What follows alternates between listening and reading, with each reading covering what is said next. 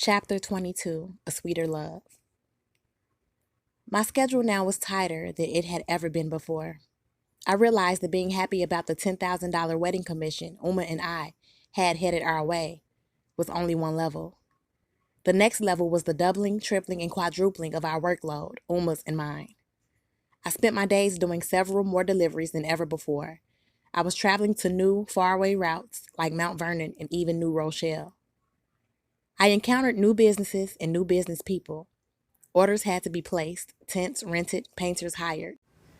I even ended up at a midtown Manhattan music store renting band equipment from a request the wedding party made. I had to go deep into Brooklyn to locate the tambour and DeLuca drums that are specific to the Sudan. Even our Sunday family days were being consumed with all of us working side by side for that money. Naja was a polite part-time receptionist on the Uma Designs phone. She also was becoming skilled at mixing oils exactly how Uma taught her and preparing the elixirs for the crystal bottles. Squeezing in dojo practice, weapons training, basketball practice, and keeping up with homeschool work, it was looking real tight on me spending time with Akimi. But I was thinking about her 5 or 6 times every day. Determined, I doubled up my efforts on Sunday, Monday, and Tuesday. Even on Wednesday, the day me and her were going to get together, my feet were moving fast on the pavement early that morning, so that by the time I met up with her, I wouldn't be focused on unfinished business. Her eyes slowed me down and softened me. This was our truest form of communication. Today, there was no more winter whip or frost in the air, only a subtle wind. Coats were out and sweaters, hoodies, and long-sleeve t-shirts were in. It was March 21st, the first day of spring. I could see that she also had used her time well. She seemed real relaxed. Her skin and hair glistened. She was wearing a cantaloupe-colored jumper. It was a loose fit, not hugging or riding the curves of her shapely petite body. It looked fashionable, but was too short. She had her legs covered with tights colored several psychedelic shades of tangerine, a style only an artist type would find and choose to wear. She had her little feet tucked into a creamsicle-colored pair of Pumas, a color I'd never seen before, foreign kicks. Her Vuitton knapsack was riding on her back. The burnt orange leather straps, brand new, hadn't darkened yet. Her pretty neck was out, no jewels on her hands, and she had only the slightest tip of each of her fingernails painted in a sparkling orange polish with the rest of the nails left natural. Her hair was worn in a stylish side slip knot. As she watched me finish checking out every detail, she smiled. Then we were both smiling and standing still among the busy New York travelers. She slid her hand into her one odd-shaped front dress pocket and pulled out her used-up, worn Japanese map of the New York subway system. She pointed out, using the tip of her nail, the location she wanted us to travel to today. Her finger landed on the stop for Brooklyn's Prospect Park. My smile faded away, and my mood changed, which she noticed immediately. She slung her knapsack to the front and rifled through it, pulling out another folded paper, handing it to me. It was a flyer for the Cherry Blossom Festival, a Japanese cultural celebration of the arrival of the first day of spring. The paper boasted Japanese foods, Japanese drummers, and a Japanese kabuki theater group in the Brooklyn Park. I took her map from her and pointed out a different location, Central Park, located on 59th and Broadway in Manhattan, a park that, from what I knew, every female couldn't help but love. Taking over, I grabbed her hand and pulled her along. She came easily. On the train, I set her by the window on the inside of me. She placed her little foot right beside my foot, which looked so much larger than hers in comparison. My mind drifted from the light and simple, fresh, citrus, clean scent of Akimi's skin to that cold night in the Brooklyn bush at Prospect Park. Clearly, I recalled the image of the bullets rearranging the slow, confident, yet crooked swagger of Gold Star Tafari. The blast brought his bent style to attention before he folded and dropped down. It was my last memory of what was a gigantic and wondrous park, miles and miles of natural beauty and public peace and privacy that sometimes made it okay to live in Brooklyn. Now there were real reasons why I stayed away from the place. I had read in a magazine once while chilling in the Open Mind bookstore that the police expect and wait for a shooter to return to the scene of a takedown. The author of the article said that the police experts guarantee that guilt will bring every criminal back to the scene of his crime. The writer told a story of a case where a woman was strangled to death inside her suburban home. After the murder, the police on the case would drive through her residential area daily, just knowing that the guilty person would fit the formula and return to the scene. One day, on a random drive down the victim's block, a young kid came through zigzagging and popping wheelies on his bicycle. The officer driving the police cruiser waved him over. Casually, the kid rolled over, smiling and innocent. While he chatted with the cop, he rested his left hand on the roof of the cruiser. "How come you're not wearing a bicycle helmet?" the officer asked him. "'Cause I'm good on my bike. Didn't you see me?" Now the kid extended his arms, balancing himself on his bike, his feet on the pedals, yet standing still. He smiled with great confidence. "I can even do a somersault on this thing. Watch." The kid rode off and started showing off his miraculous bike tricks. The cop gave him a thumbs up, and his partner even applauded. Next, they drove straight off to the lab and had the roof of their cruiser, where the kid had inadvertently placed his hand, dusted for fingerprints. According to the cops, the lab, and the magazine article, the kid was the killer. The jury convicted him, and the judge sentenced him to enough years so that no one would recognize him upon his release. He was a popular junior high schooler. The victim was his teacher, who chose to embarrass and expose him in front of his classmates instead of privately, encouraging him to do better. Her constant demands for him to conform and comply with her irritated his gangster. He would have got away with it. One stupid error, placing one hand on the roof of the police car, got him caught. I learned from reading the details of that article to never return to a scene of a takedown. And I didn't and wouldn't. It was easy for me, though. I didn't feel no guilt. There was no crime scene, and Gold Star Tafari was no victim. I realized from living on my Brooklyn block that boys and even men in America expected and allowed strangers and motherfuckers to threaten and fuck with and play with their mothers, sisters, and women. They allowed other men to make false promises, to impregnate them, to make them cry, and sometimes to even kick, slap, and beat them. Back where I come from, we don't. Akemi was staring into my face, almost nose to nose, eyes to eyes, and lips to lips. She snapped her fingers to break me out of my spell. Softly, she said, "Hey." I came back from the hot spot where my anger is stored and let her capture my attention once again. She wasn't the only one who showed up for our date with a plan. I had places to take her, things to show her, all mapped out in my mind. A little while later, her orange fingernail tips were pressed against the glass walls on the 102nd floor of the Empire State Building. Her eyes were looking down on the whole of New York City. Her face was filled with amazement. We were 1,500 feet in the air, still. She stood on her tiptoes. When finally her eyes had surveyed enough, she turned back toward me and flashed a natural smile across her face. Kneeling down, she unbuckled her knapsack. I thought maybe she would pull out a camera like most of us who weren't born here would. Instead, she stood up, holding a pencil and an unlined index card. Her pencil point was already gliding and sketching out something. Everyone else up here had cameras, small ones, Kodak disposables, expensive Nikons, various sized lenses, even zoom lenses. Akemi didn't seem to care for photography, I thought. She seemed to prefer capturing the details of what she felt and saw with her handmade, hand-drawn, or hand-painted pictures. I was impressed now that I saw her creating, with a pencil, her own styled postcards. Giving her space and time, I stepped back, pulling my book out of my jacket pocket and picking up reading where I left off last. Instinctively, I leaped up when I noticed the man aiming his lens at Akemi's face. By the time he pressed and clicked, he had nothing but a photo of my palm print. "Jesus Christ, you messed up my shot," he grimaced. "Keep him moving," I warned him quietly. "She's my girl, no photos." I blocked his view while using my peripheral to keep track of the Empire State Security Guard fidgeting on my left side. "Let me ask her," the tall white guy photographer in the bald buster, dirty jeans pushed. Before anything else could be said or done, Akemi screamed out, "I know!" She gave him a flash of that spicy anger she gave me the other week outside of Cho's store. Her shriek brought security over. All of the tourists stared our way. Immediately, Akimi extended her arm and pointed out the white guy. The security guard told the photographer. The young lady said no, leave her alone. Pissed, the photographer repositioned himself to click photos of something that couldn't holler back. On the elevator ride down, she stood behind me in the corner.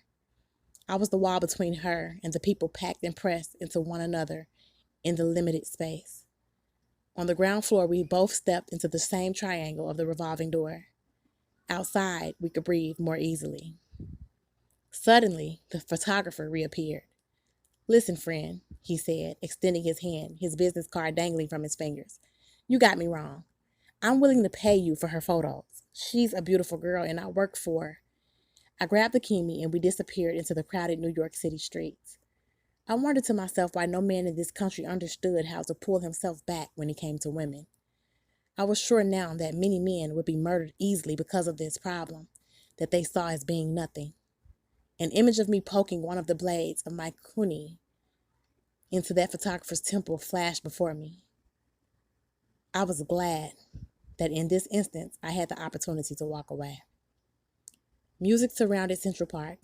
I could hear some African drumming coming from inside, the beats grabbing my attention and arousing my soul. With a closer listen, it sounded like the rhythms of someone lost. Every tap on the skin sounded like a question. I could tell that the drummer was an amateur, but still, every drum beat is telling, saying, or showing something. Outside the park, there were sounds battling one another: radios, speakers, amplifiers, breakdancers, rollerbladers, roller skaters, musical gymnasts, silver-skinned human robots, people, monkeys, birds, you name it. We willingly walked in and up the winding paths that seemed to turn everyone inside the park into characters and scenery from a colorful and elaborate children's pop-up storybook, the kind I purchased for Naja a couple of years ago. Stinking horses trotted by dragging Cinderella carts loaded down with ripped-off tourists. The animals looked exhausted, unable to see to their left or their right. They only expressed themselves by dropping huge, funky fucking piles of shit everywhere they went. But the newly leafed and budded crab apple trees, maple and elm trees, and even cherry blossoms, along with the makeshift waterfalls and fountains, made it into a paradise. Watching Akimi, I could tell that this park had the magic that cast a spell on females. Seeing a set of swings, she took off running and jumped right on. Her legs lifted her higher and higher. Her eyes were shut, her mouth dropped open, her head tipped back. She leaned backward and was soaring. Like an acrobat, she suddenly stood up on the silver swing seat, pumping her legs and flying higher. In mid-air, she jumped off and landed right on me. I seen she liked to live dangerously. What if, in a split second, I had moved? Luckily, I didn't. She wrapped her legs around my waist and laid her breast pressed against my chest. Now her head lay on my shoulders, her slip knot came loose, and her hair brushed against my neck and fell into my back. I carried her up the hill and down again, feeling and knowing only one thing. I had fucked around and fell in love. By the Central Park Loeb Boathouse, I paid for a rowboat ride. Rowing on the 15 feet of man-made lake water, I knew this was not the yacht named Salama or a felucca. It wasn't the Atlantic or the Pacific Ocean. In fact, it was not a river or a sea, and definitely not the Nile. But I was rowing, and she was lying on her side, her shoes kicked off, her legs hanging off the side of the boat, each toe a different shade of orange in her strange and colorful toe tights. She was listening to jazz music on an old 5-inch transistor radio she pulled out of her magician's knapsack of endless Akimi stuff. As her music played softly, I noticed that the peculiar-shaped lake was surrounded by the most beautiful willow trees. I rowed us past the other 7 or 8 boats to a secluded spot sheltered by the willows and near a muddy incline. When she felt the boat stop, she sat up, clicked off her radio, went back into her magic bag, and pulled out what it took me a few seconds to figure out was a mini cassette tape recorder. She stepped over and sat facing me as the boat rocked a little. She pressed record, then said softly, "Please." I sat idle for about 10 seconds before I said anything. I wasn't no poet. My mind started pushing together a rhyme. I wasn't no rapper either. I leaned in to be close enough to her little device. Slowly, I said, Akemi is the girl I met in New York City. She's from Japan, and she looks real pretty. But more than that, she's talented and smart. In just a couple of months, she stole my heart. But Akemi remains a mystery to me. She hides me from her family. But the feeling she has for me, she can't hide. Every time I see her, it's all in her eyes. I smiled, surprised at myself. When she realized I wouldn't continue, she clicked her recorder off. In the park, there were bridges with tunnels and caves beneath them, dark ones filled with nature and small creatures. We walked through one of the tunnels together because of the immediate switch from sunlight to darkness. All I could see in there was the silhouette of Akemi. She stopped walking midway. We were alone for a moment. Still, we could both see some more walkers approaching, less than 1 minute away. I could feel her hand reach up to the opening of my shirt. Her fingers began sliding across my collarbone. She moved them slowly across the width of it before she withdrew them. Then I felt both of her hands in mine. I didn't return her touches, which felt so good to me. I felt like if I started touching her, I wouldn't and couldn't stop. I was brought up not to be intimate in public, yet I felt mad intimate within myself. Another couple entered the tunnel. Akemi stepped away from me. I heard her click on her recorder. I never saw anyone do it before, but I guess she was recording the sounds of nature. I could hear the frogs and crickets myself. Southern grandfather, my father's father, trained me to sit still for hours and listen to the sounds of the wilderness. Me and him weren't recording with any device except for our ears. He taught me to listen so carefully that I could hear the buzz of a mosquito, the ruffling of grass, and even the winding of a serpent.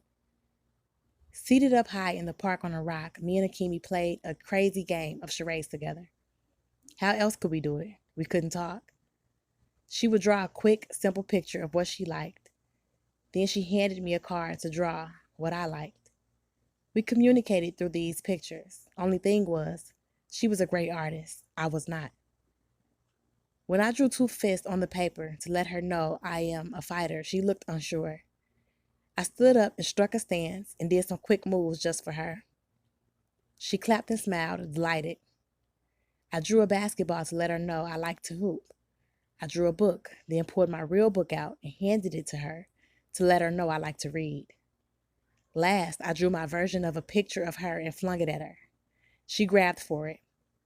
Her face revealed that I was the worst artist of all time. She didn't get it. I pointed to her and said, I like you. She smiled and laughed. She held my drawing beside her face to show me how ridiculously off it was. Afterward, she tried to slide my ugly drawing into her knapsack, but I took it away from her and put it in my back pocket. I saw that she thought everything belonged to her. On her turn, she tried to show me about herself. She pulled out her little radio and turned it on. Suddenly, she began to dance while still sitting. You like music, I guessed. What else could she be telling me? Hi, she answered.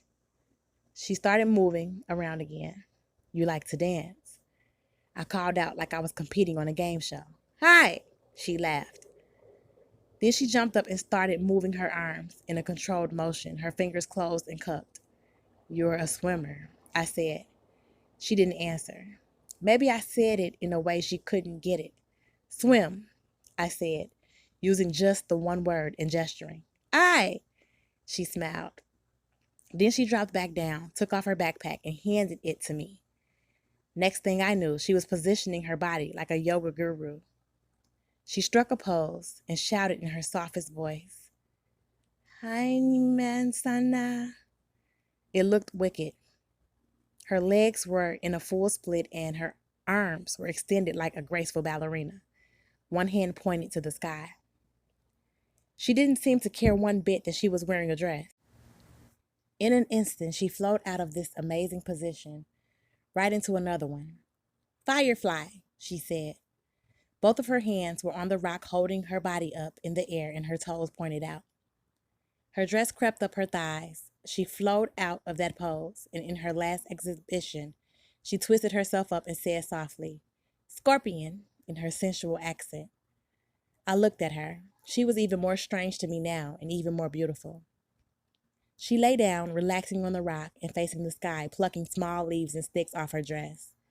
I faced east and made my prayer, first cleaning my face and hands and nose and feet as is required, using bottled water.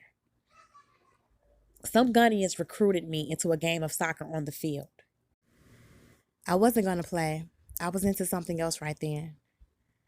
Akemi tried to encourage me by playing and pushing me with her body, then her hands to go ahead, so I agreed. She watched intensely from the sidelines along with some females who were there with the Ghanaians. I caught her eyes moving across the field with me. I felt good that she wasn't one of these girls with wandering eyes. This was actually the first game of soccer I had played since arriving in America. It took a lot more coordination than basketball. After I warmed up, I played a good game. My eyes and my feet are quick anyway. Watching the West Africans move with such passion and enthusiasm, I got into it. It was easy to look into one or two of their faces and to imagine I was seeing my father and his friends. More than that, it was relaxing to burn off the energy that had me exploding before I ran into them. Coming off the field after the game, I didn't see Akemi. I gave the players £1 and a couple of them my Designs business cards. I walked around slowly. I stopped, figuring she wouldn't have wandered off this far. Then I heard her laugh. I followed the direction of her voice and saw her enjoying watching me, looking for her, as she sat comfortably in a tree. Why bother trying to figure out how she got up there or why? I stood below her and she came leaping down into my arms. She placed her nose against my neck, sniffing the scent of my sweat. We both used our hands to brush each other off. I pulled a leaf and a couple of bits of bark off her. I even took some particles off her pretty stockings. So nicely dressed when we first started out. We were both looking like we had a mad and crazy good time. Seated in a Middle Eastern restaurant called Medina Star on the east side of 57th Street in Manhattan, I was sure I was introducing Akemi to some of the North American foods that I enjoy, which she had probably never tried. I ordered falafel with tahini sauce, hummus, and baba ganache. I ordered those purple Kalamata olives that I enjoy with cayenne, spiced onions, and shada. I also ordered a tray of chicken kebabs and warmed pita bread, all of it for us to share. When she returned from the ladies' room, all fresh and clean, her eyes danced at the spread on our table. She began trying each dish, her reaction showing up on her face each time. I picked her mini recorder up from her side of the table. She was just sucking one of her fingers when I clicked it on and said, "Speak Korean." She must have had hot sauce on her tongue because her eyes immediately filled with water. Either that or maybe she thought of her Korean mother. I knew this reaction was a possibility, but I wanted her to know that I knew something about her family, that she was not a stranger or just a pretty face to me. She spoke Korean softly into the mic. The flow of that language was completely different than her Japanese sounded in my ear. The Korean language sounded like a whining. Every other word dragged out, the syllables moaned instead of spoken. The way she spoke, it was erotic, and it was nice too. "Speak Chinese," I said next. Her watery eyes dried up. I saw she was delighted by games. She spoke some Chinese to me, which sounded nothing like her Japanese or Korean.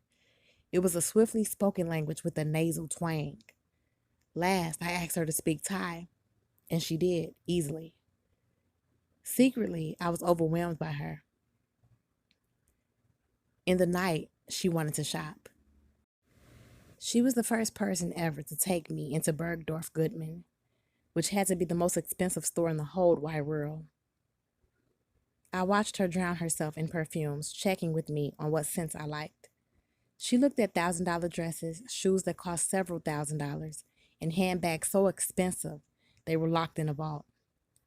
From Bergdorf's, she ended up only purchasing a couple of things: a pair of Prada kicks and 7 pairs of stockings, beautiful and fancy ones. By now, I could see that colorful stockings and textured tights was really her thing. Afterwards, she wanted to show me something else. We walked about 12 blocks before we arrived at a brick building on a side street. She pushed through the glass door and led me up 6 flights of narrow stairs to the 3rd floor. Up there were walls and shelves of books, volumes of graphic novels, comics, and magazines. The catch was everything was written in Japanese. I figured she wanted me to know that she liked books too, and what kind. The place was kind of slick, I thought.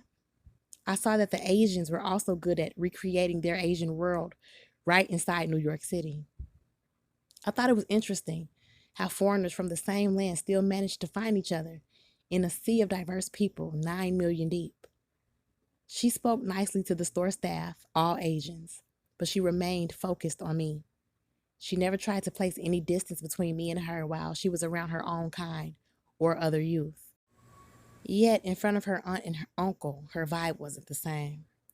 I bought 1 Japanese novel as a token. She bought 3. We ended up on a side street on 30th.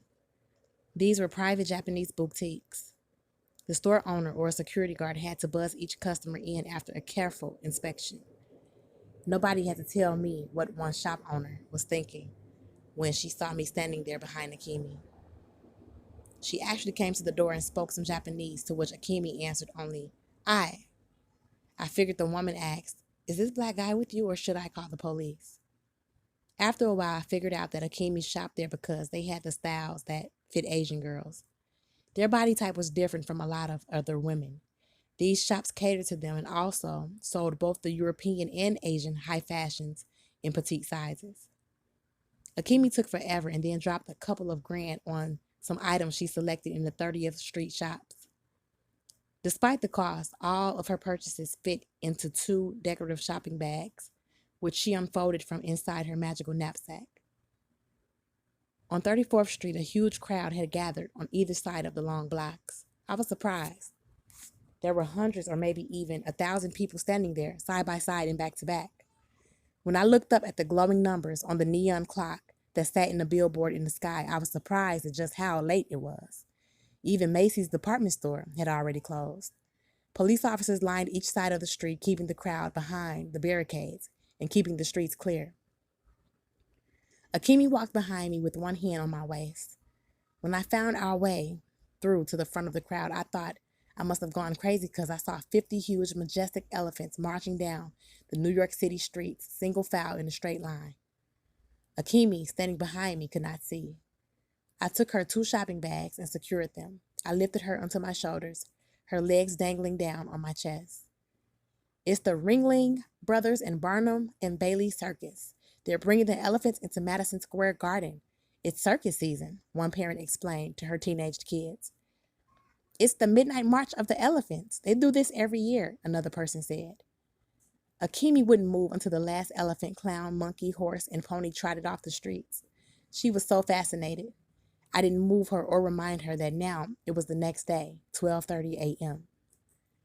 When our cab arrived at Jackson Heights, Queens, she wanted to walk off on her own toward her house. I paid the cabbie and went with her, not trying to hear no sayonara. I wouldn't leave her to go alone at this late hour. I walked with her right up to her front door. Their porch light was high intensity, high wattage, more like a searchlight. It was the only light on the very darkened street. Her auntie pulled their door open slightly, as though she had been seated right there on the other side of the door, just waiting. I said good night to them both and made my way home. For me, it was cool walking the late night, early morning streets of Queens, New York. I could feel the love moving and spreading through my chest like an invasion. It was a new feeling, different from my love for my family. It was a good feeling, too. On the train, I attempted to assure myself of a couple of things. Akemi was on break from school, so it was all right for her to be out late with me tonight. But I knew that wasn't true. It wasn't all right in my beliefs and traditions. None of it was supposed to be happening. But what was up with her uncle anyway? I had introduced myself properly to him. I handed over the modest gifts from my family to his. I told him where I worked and where I came from. I was upfront with him, but he was silent. If he had anything to say or any rules to set or any demands to make, the ball was in his court.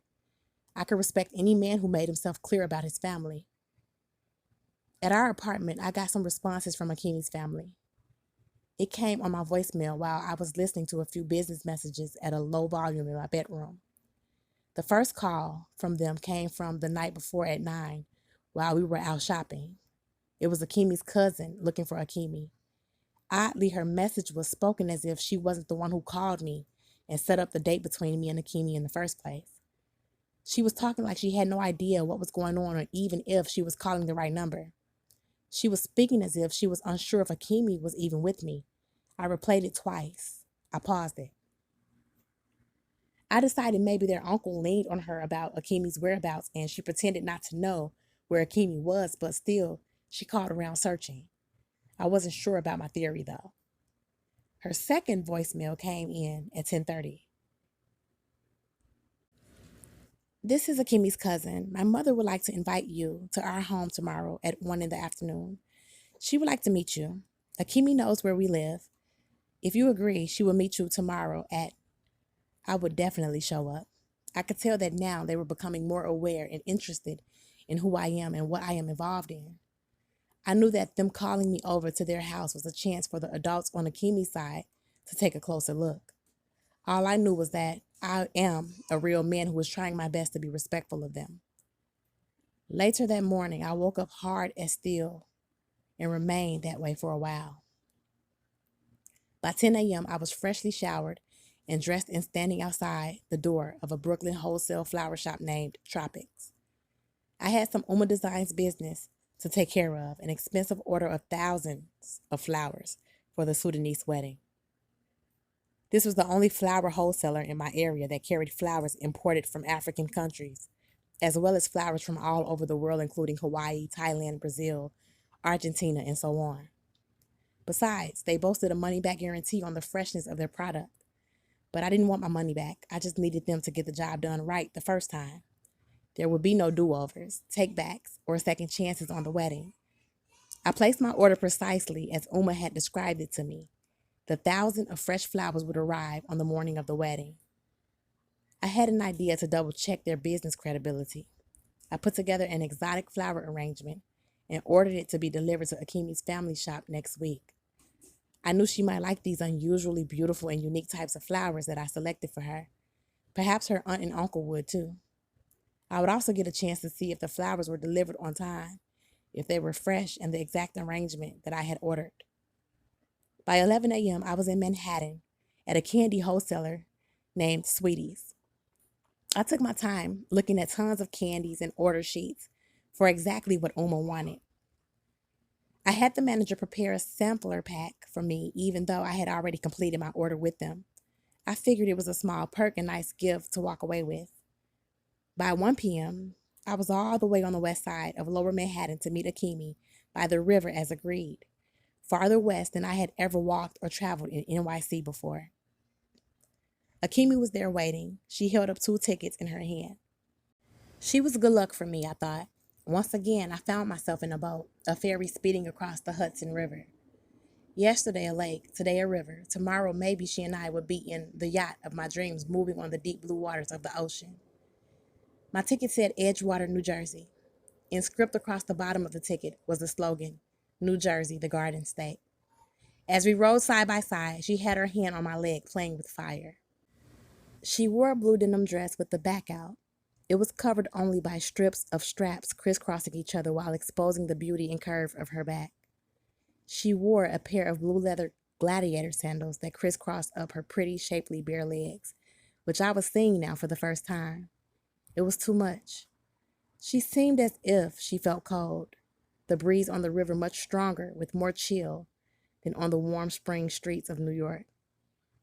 I took off my jacket and covered her legs. Since I wore a t-shirt beneath it, I unbuttoned my denim jabot shirt, took it off, and put it on her instead. It was way too big for her pretty shoulders, but it did enough to satisfy me. She leaned against me, staring off to the other side of the river, whispering, "Arigato," but seeming trapped somewhere in her imagination. There was not a large crowd getting off the ferry in Edgewater, a small town really on the edge, etched out between the river and the mountains. I followed her. Soon we were boarding their version of the Brooklyn Dollar van. We jumped in and stood right next to each other for the short ride to an unfamiliar market. The place was named MsWittyReadz. It was a huge complex framed by boutiques on one side and a Japanese restaurant called Matsushima that sat farther back on the Hudson River. It had an authentic old Asian architecture, a design I had seen once in a film. Inside the market, the aroma of fresh baked breads and pastries filled the air. Strangely, there were several separate businesses within the supermarket: open stall bakeries, tea shops, spaghetti stands, and cafes. There was a huge seating area, high ceilings, and expensive benches and stools and chairs, not in straight rows but arranged like a jigsaw puzzle for small or big families and groups of customers to enjoy. The grocery shopping section was well stocked and immaculate.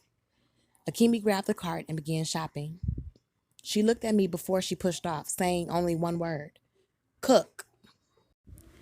As we maneuvered through the vegetables and fruits, many of which I never knew even existed, she pointed them out and recited their Japanese names. When I saw items that I recognized, I told her the English translation for those too. With 2 sacks of groceries, we walked out the side door, a different door than the one we entered. We stood in front of one of the boutiques and the Mitzwa minibus arrived. We boarded a bus full of Asians, each one shorter and smaller than myself. The driver sped up a winding road named River Road. I kept my eyes on the street signs because I always need to know where I'm at, how I traveled in, and how to travel the fuck back out. Soon we were riding over the overpass to the George Washington Bridge.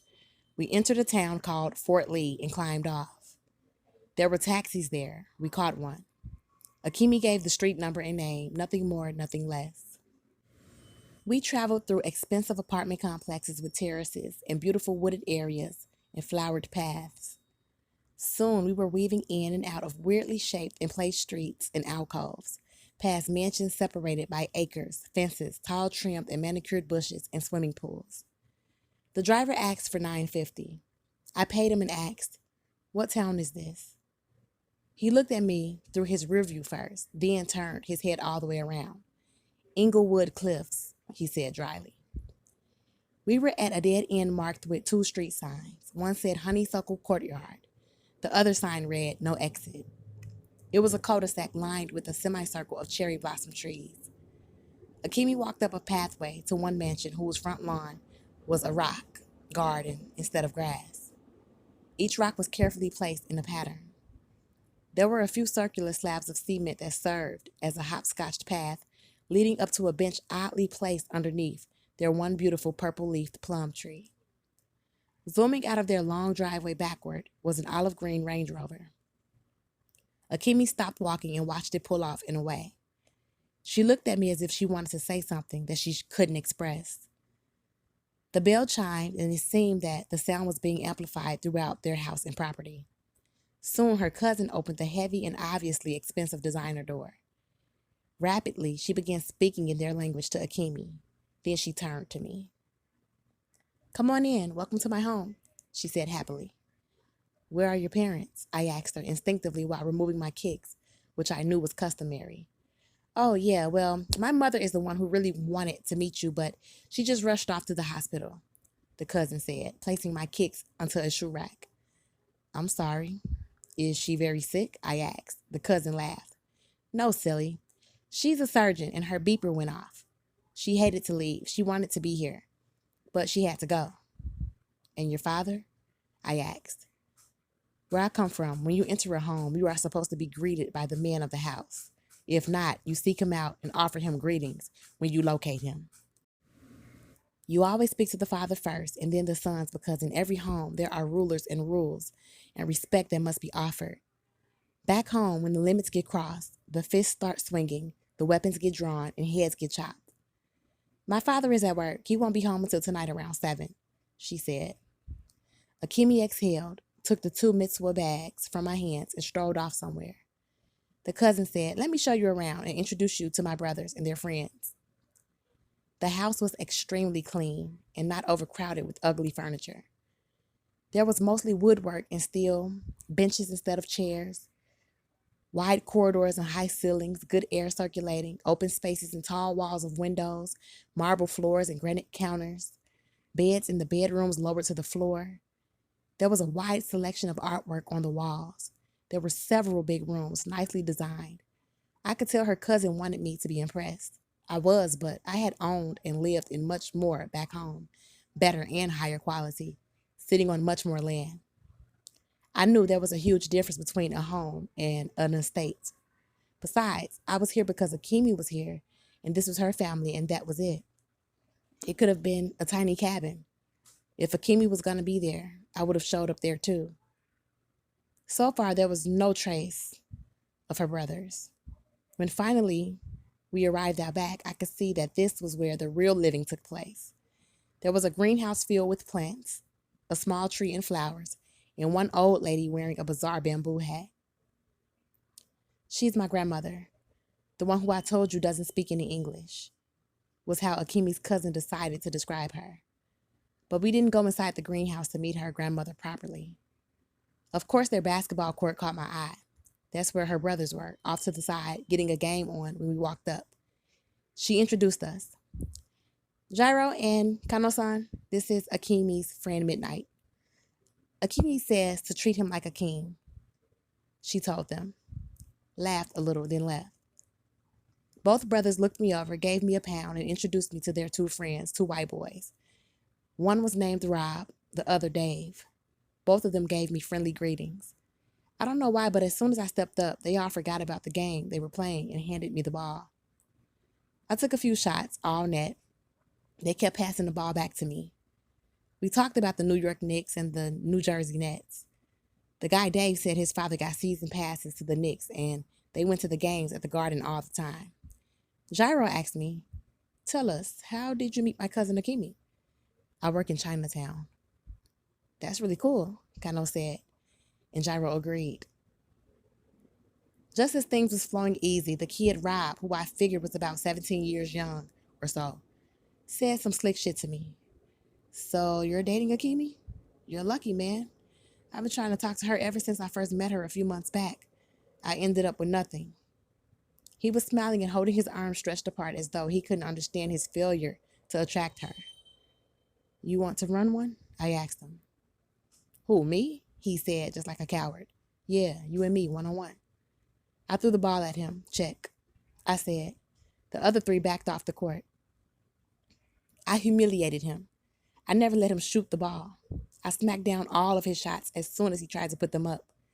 I stripped him, made him run around chasing a ball he could not see or catch. I knocked him over, then stuck my hand out to help him up. At 18 points to 0, he got tired of the beating and begged, enough. I gave him a pound and said with a smile, good game, man. His friends tried to hold it back, but they ended up laughing at him and looking at me with amazement. It was not like I felt good about it. It was easy for me to dominate them on the court even without my kicks on. Just then, I noticed Akimi watching me through a window. Then I couldn't see her anymore. I thought to myself, it's bullshit for people who can't play the game and don't love the game to have season tickets. Meanwhile, in our hoods, the game is pumping through our veins and living in our hearts, yet most will never get to go to the Garden, much less sit in the seats right on the floor. Let's get some waters, Kano said. We all followed him to his kitchen. He grabbed the waters from a stainless steel refrigerator that was filled with bottled waters. He tossed them across the room to each of us. I finished off mine and asked for the bathroom. Jairo pointed the way, which I remembered anyway from their sister's tour. I washed my hands and face in a sink shaped like a large dish. It was made of marble. I stood still a moment, thinking. When I returned to the kitchen, Akimi and her cousin were standing there. For some reason, the dude Rob was in the kitchen too, even though Jairo, Kano, and Dave had moved on. He said to me, you was gone a long time, and smiled slyly. Rob was one of those dudes who could never survive in Brooklyn, the type who never learns how to play his position and shut the fuck up until he's bleeding from his mouth. He was their guest, yet he carried himself like he was the man of their house, having too many words to say about every small or large situation. Akimi pulled me out of where my energy was moving. I followed her to the other side of the backyard, up some stone steps, and into a private area under a trellis. There were vines and plants hanging down from overhead and on three sides. Plants made walls where there really were none. Only one side remained open and was clear to see in and out. It was breezy. Akimi had the small barbecue going. She had sliced and placed chunks of salmon on sticks with onions and green peppers with seasonings. She was turning the sticks now, but I could tell they were cooked and ready. The outdoor table was arranged with love. There were miniature dishes of sauces and spices carefully placed. There were green porcelain rectangular plates of varying sizes, a table offering salads and vegetables, and steaming brown rice in a rice cooker. There were two black metal kettles, one filled with soup, the other with tea. After I looked at everything, I looked at her. She was waiting for my reaction. I smiled and then sat. She smiled, relaxed, and served. The spoons and even her maroon glazed wooden chopsticks were beautiful. It was a table with nothing ordinary to offer. I could tell she wasn't sure what I would eat, so she had prepared a lot of simple but thoughtful choices. I liked it all. Her fingers wrapped around her chopsticks. Her nails today were clean, with only a coat of transparent gloss. She stared at me while she chewed. Her stupid transistor radio was playing piano tunes. Her taste in music was obviously diverse, same as my father's. The meal she served didn't weigh me down. It was light and satisfying. Afterward, I pulled out my candies and spread about 9 of them across her table and pointed for her to choose one. I wanted to know what kind of flavors she liked. She picked them up one by one and looked each of them over, but didn't select. I opened the Hershey's Kiss and held it to her mouth. She bit the tip. Then she went through each of the 8 pieces of candy and licked each one, sucking her own tongue afterward to bring down the flavor. I guessed she was looking for the right taste, but at the same time, she was driving my blood up. She licked the caramel twice, but settled on the honey. She took it in her mouth and kept it. She took my hand. She said one word. Go. I think she meant come. I picked up the caramel candy that she had licked. Caramel had always been my first choice. I followed her. We stepped around the trellis. She disappeared into a path behind it and into the woods behind her cousin's house. We walked for about 6.5 minutes before I saw an easel and a chair off to my left. I realized she must come out here sometimes to paint. I could see why. There was nothing out there but the beauty and sounds of nature, no humans except for us. Surprisingly, she turned to the right, walking away from the easel. She stopped in front of an old oak tree with deep roots, a huge wide trunk, and branches that stretched to the sky forever. The new spring leaves were every shade of green. She leaned up against the tree. She locked her eyes onto mine. She started speaking Japanese to me. She placed her palms underneath my t-shirt. When her skin touched my skin, my whole body heated up. I stepped into her. I put my hands on her shoulders, then moved them down her bare arms. She caught goosebumps and began breathing intensely. I locked my fingers into hers. She brought both our hands up to her breast. She unraveled her fingers from mine, then dropped her hands to her sides. My hands were still there on her breast, the size of mangoes. I began to caress and gently squeeze her titties. Her nipples raised up through the denim. She breathed even louder. I leaned in and kissed her, still touching her titties. It was lips to lips at first. Little by little, her mouth opened. She licked my lip. My tongue found her tongue. She began sucking my tongue like she wanted to have all of the caramel for herself, like she wanted to consume me inside of her mouth. It felt so good. I picked her up to hold her closer to my body, to feel her, eye to eye. I held her in my arms, her butt seated in my hands, her back up against the tree, her bare legs wrapped around my waist. She rubbed my head. Even my scalp was on fire. She touched my face, my chin, my neck. I began sucking her neck. She started moaning softly. Soon she was back to suck on me too. Her body gave in to the feeling. The taut grip of her legs loosened. Soon enough, we were both on the grassy ground, her legs slightly open in her short blue denim dress. Her chest heaved up and down like she just completed a strenuous marathon. She sat up, pulled her body to the tree, and leaned up against it. I sat up beside her. We tried our best to slow it down, but she took my hand back into her hand. She was massaging my fingers. I ran my other hand up the inside of her thigh. I had never felt anything so soft and so good. Her cheeks were flushed and her eyes were so excited, wide and beautiful. Her left leg was shaking some. I couldn't believe the power of my touch, but her breathing and moaning made it true. Under her dress, I could feel her panties. They were the only thing that separated me from her bush, which I could feel raised up through the very thin material. I didn't try to pull them off. I just touched the outside, rolled the contour of her body with my fingers, gently exploring. Her moistness soaked through almost immediately. She whispered only one English word. Please. Her legs dropped open now completely. I imagined like a beginner's yoga position. Both my hands were raising up her thighs and holding her hips. Soon I was holding her small, bare waist in my hands. She laid back down slowly, but before I could slide her panties down, we both heard her cousin's voice screaming out her name. Her cousin's voice interrupted something so sweet and powerful and yanked me out of the momentum of something so new and incredible. Reluctantly, I stood up and held out my hand so that she could grab onto me and hurry and get up too. Akemi tried to pull me closer onto her. She didn't want me to stop. I definitely didn't want to stop either, but her cousin's voice was drawing closer. Her cousin shouted out some words in Japanese. Akemi answered back in Japanese. She turned around and said, "Go." I knew she meant come. I jogged behind her the 7 minutes back to her house. In the cool corridor of the house, her cousin was looking both of us over. The light was dim, but even I noticed the purple passion mark I left on Akemi's neck. I wanted everybody else and everything else to disappear for a while. Then I would pursue my passions and put my marks all over Akemi's body. Instead, I took a deep breath and looked away from my attraction. Her and Akemi kept talking back and forth. The telephone rang. Her cousin looked at her, and without words, her eyes instructed Akemi to answer the phone. Akemi picked up the telephone.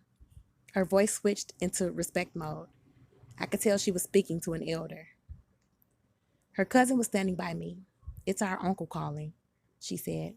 "This is his second call," she added. "Is something wrong?" I asked, completely out of guilt. A leaf from the woods fell off Akemi's dress and came zigzagging down onto the marble floor. "No, it's just that our uncle is responsible for Akemi. He is both of our father's youngest brother." Looking very disappointed, Akemi hung up the phone and began speaking to her cousin. Her cousin interpreted for me. "Our uncle says that Akemi cannot have a guest in our house if neither my mother or father are at home," the cousin announced. "I tried to explain to my uncle that Mom was supposed to be here and that she should return soon enough. But our uncle said that this is no good because when he called the first time, Gyro could not even find you and Akemi." "It's no problem. I'll get ready to leave," I said.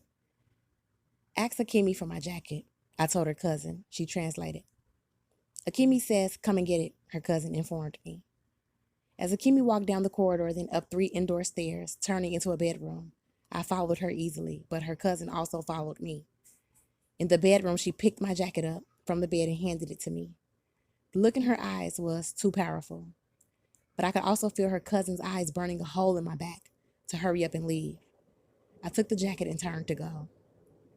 Akemi spoke to her cousin. Her cousin said to me, "Akemi said she's coming with you." Looking at her cousin instead of her, I answered, "Tell Akemi I said to stay here. I don't want to cause her any more trouble with your uncle." "You tell her. She's a rebel. She won't listen," her cousin said, then translated. Akemi checked my eyes to see if I refused her coming. I shook my head no to show her she should not come with me.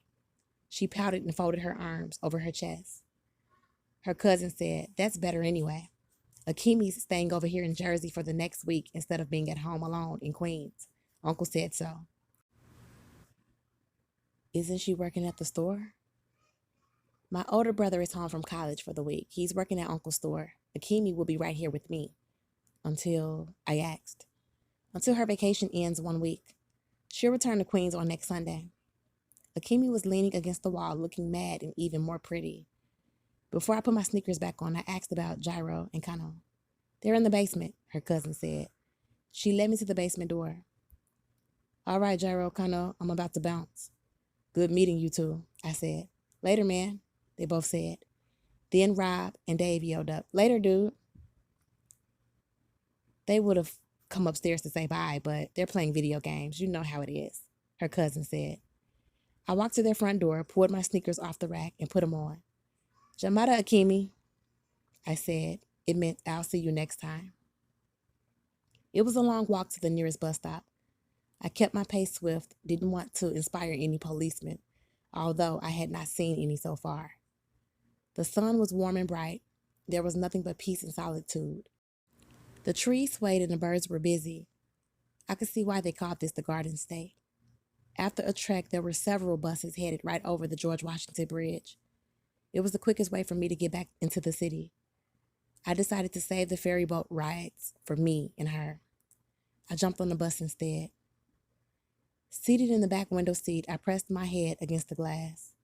As the bus pulled off, I could see Akimi pedaling fast on a boy bike she must have borrowed from her boy cousins. She was wearing a sweater, a t-shirt, and capris, and kicks now. Her hair was in a wild long ponytail. She was covered with a light sheen of perspiration and looking all around for me. Allah is good, I thought. Akimi could not see me, and it was too late for me to get off the moving bus. I knew if I were to encounter her again today, there would be no stopping the momentum of our feelings. The scent of her was still on my fingers. I had no desire to remove it. It made me feel as if my hand were still moving up the inside of her soft as butter thigh. The scent enticed me almost as much as she did. I couldn't think straight, at least not as straight as I usually could. This day had been a series of firsts. First time to New Jersey. First time being inside of Akimi's family's home. First time sliding my tongue into a mouth. First time running my hands over a female's breasts and thighs and touching her panties. First time I felt like something felt so good that I couldn't stop myself. I knew I had to sort it all out, but for now, I did something I never do while traveling or standing still in the streets of Brooklyn. I closed my eyes.